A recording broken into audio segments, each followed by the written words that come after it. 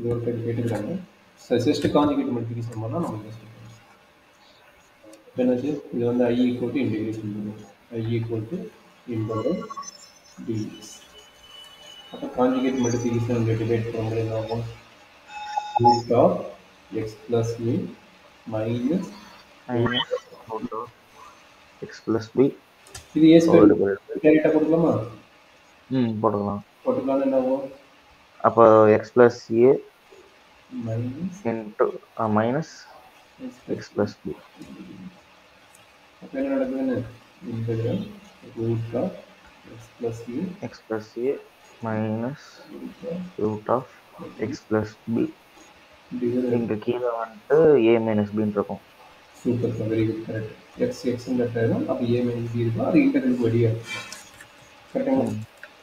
அப்போ இன்டெகிரல் வெளியே எடுத்துகிட்டு வரைக்கும் 1 a மைனஸ் பி. இது இன்டெகிரல் நல்லா பார்த்துக்குங்க. இது வந்து X plus A whole power 1/2 minus X plus B whole power 1/2 எழுதலாம். சரிங்களா?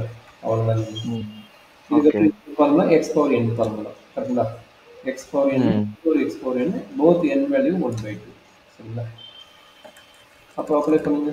என்ன? அப்போ x plus a power 3/2 by அவ்வளோதான் 3/2 இருக்கும். 2 மேலே போய்ட்டு இருக்கும். அது அப்போ 2/3 எழுதிக்கலாமா?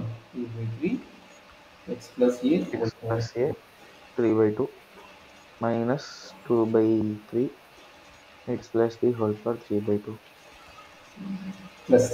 சரி, அப்போ நீ இதோட விட்டு தான் சரி. இல்லை 2/3 கான்ஸ்டன்ட் இல்லை 2/3 வெளியே எடுத்துட்டு 1/a மைனஸ் b எடுத்து இது இதோட கம்ப்ளீட் பண்ணலாம். x plus a whole power 3/2 minus x plus b whole power 3/2 அவ்வளோதான். plus c. சில கஷ்டத்தில் இருக்கும். இதே மாதிரி இதை வந்து இன்டெபினைட் இன்டெகிரல் வச்சு போட்டுக்கிறாங்க. இது டெபினைட் இன்டெகிரலில் ஒரு கொஸ்டின் கொடுத்துருக்காங்க. கொஸ்டின் நம்பர் இது வந்து 29. இது எத்தனாவது கொஸ்டின் பார்த்தா இதை ஃபர்ஸ்ட் போட்டுக்கிட்டோமா சார்? போட்டுக்க கான்ஜுகேட் மல்டிப்ளிகேஷன் போட்டுக்கோங்க. இது கொஸ்டின் நம்பர்? இது கொஸ்டின் நம்பர் வந்து second question number second complete